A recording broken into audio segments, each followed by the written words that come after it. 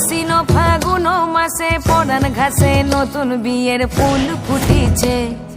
উথালি পাথালি মনে আত্মা করে নতুন বিয়ের ফুল ফুটিছে। এই হো পিয়ালি রে, এই হো দুলালি রে, এই হো পিয়ালি রে, এই হো দুলালি রে। আশ্বিন ফাগুন মাসে পরান ঘাসে নতুন বিয়ের ফুল ফুটিছে। উথালি পাথালি মনে আলতা কোণে নতুন বিয়ের ফুল ফুটিছে।